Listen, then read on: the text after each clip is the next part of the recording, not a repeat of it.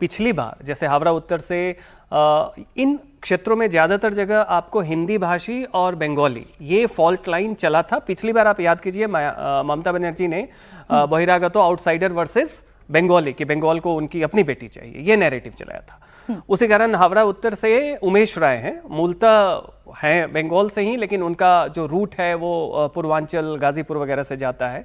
वैसे वो 5000 से हारे थे, जबकि वहाँ पे काफ़ी सक्रिय हैं, काफ़ी संगठन के लिए सक्रिय रहते हैं। इस बार आप देखिए कि जो पृष्ठभूमि है उसमें हिंदू कंसोलिडेशन किसी भी कारण से बढ़ा हो, उसमें हिंदी भाषी और बांग्ला भाषी ये जो फॉल्ट लाइन पिछली बार काम किया ममता बनर्जी और टीएमसी के पक्ष में, इस बार वो फॉल्ट लाइन नहीं है। ठीक है, तो इसमें से कुछ सीटें जो हैं बीजेपी जीत सकती हैं, खासकर जो कम मार्जिन से। इसमें एक सावधानी ये जरूर रखनी चाहिए कि एसआईआर का जो नाम कट रहा है, याद रखिए इसमें एससी वोटर ठीक ठाक संख्या में, मुसलमानों से ज्यादा एससी वोटर है, और उसमें जिसे हम मतुआ या नमोशूद्र कहते हैं वो वोटर जो हैं इस तरफ भी वर्धमान से लेके हावड़ा हुगली में भी हैं अच्छी संख्या में। तो बहुत जगह हमने फील्ड में भी देखा है कि एसआईआर में उनका नाम भी कटा है।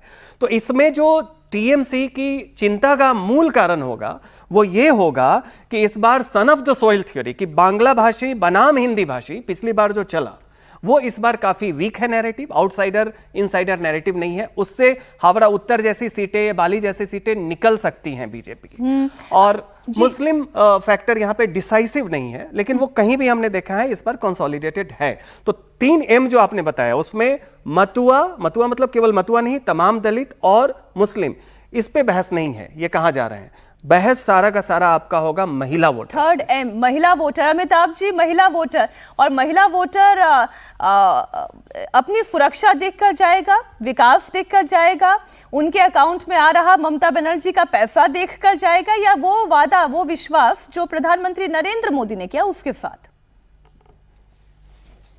देखिए, पिछली बार 50% महिलाओं ने टीएमसी को वोट किया था, 36% ने बीजेपी को। तो मतलब 14% की लीड थी, यानी 7% वोट शेयर सिर्फ महिलाओं की वजह से। टीएमसी को जो लीड है 10% की, 70% महिलाओं की वजह से आती है।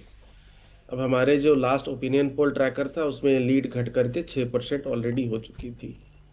अब महिलाओं के लिए जो मुद्दे हैं वो बड़े क्या हैं इस बार? डिटेरियोरेटिंग लॉ एंड ऑर्डर एक मुद्दा है, वुमेन सेफ्टी एक मुद्दा है, आरजी कार, संदेश खाली इत्यादि, और तीसरा मुद्दा है आपका वेलफेयर स्कीम्स का।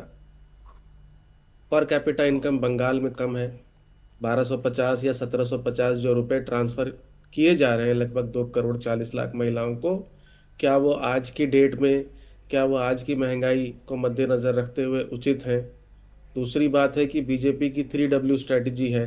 पहली है कि वो वुमेन सेफ्टी के ऊपर बात कर रहे हैं कि कैसे महिलाएं जो हैं वो एक महिला चीफ मिनिस्टर के राज में ही असुरक्षित हैं, और क्राइम्स अगेंस्ट वुमेन जो है वो कैसे राज्य में बढ़ रहा है।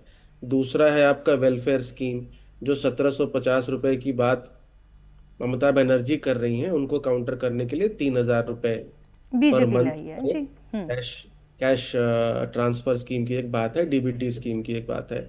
और तीसरा है कि कहीं ना कहीं एक वुमेन रिजर्वेशन बिल का भी एक जो दांव है वो बीजेपी खेल रही है कि भाई एक महिला मुख्यमंत्री ने ही महिलाओं के एम्पावरमेंट के लिए जो इतना बड़ा बिल था उसको पास होने से रोक दिया। ये रूरल एरियाज में हो सकता है कि ना चले, लेकिन फेज 2 जो है जहां पर शिक्षित महिलाएं हैं, ये अर्बन मिडिल क्लास का गढ़ है, भद्रलोक का गढ़ है, हो सकता है इसका थोड़ा बहुत रेजोनेंस जो है वो हमको देखने को मिलेगा।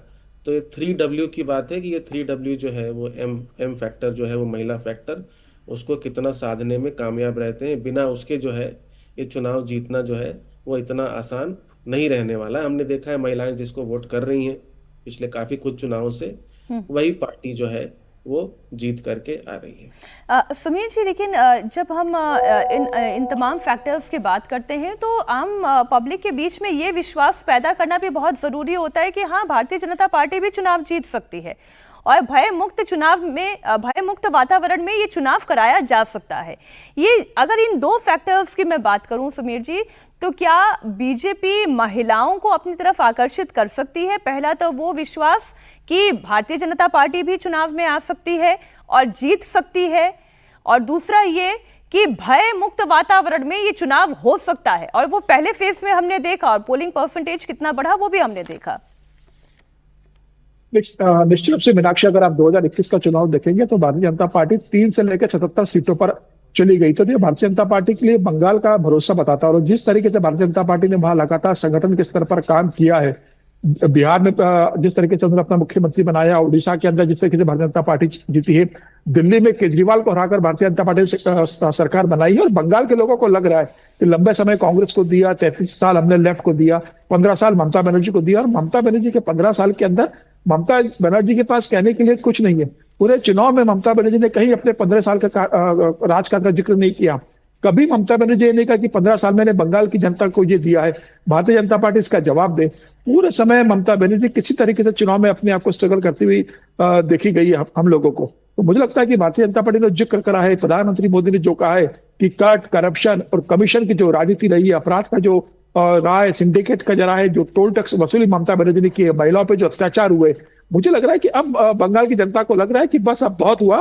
15 साल हमने ममता बनर्जी को दिया, अब भारतीय जनता पार्टी को देना चाहिए। और प्रधानमंत्री मोदी का जो खुद का 12 साल का केंद्र के अंदर काम रहा है, तमाम भारतीय जनता पार्टी के राज्यों में जिस तरीके से काम हो रहा है, जिस तरीके से मैनिफेस्टो में 3,000 रुपए महिलाओं को भारतीय जनता पार्टी दे रही है, 33% नौकरी में महिलाओं को बंगाल में आरक्षण देने की बात कर रही है, स्नातक बेटियों को 50,000 रुपए देने की बात कर रही है, और तमाम वादे जो भारतीय जनता पार्टी ने मुझे लगता है मैनिफेस्टो में किए, उसका भी असर देखने को मिलेगा। और यही मुझे लगता है कि ममता बनर्जी हार का सबसे बड़ा कारण होगा।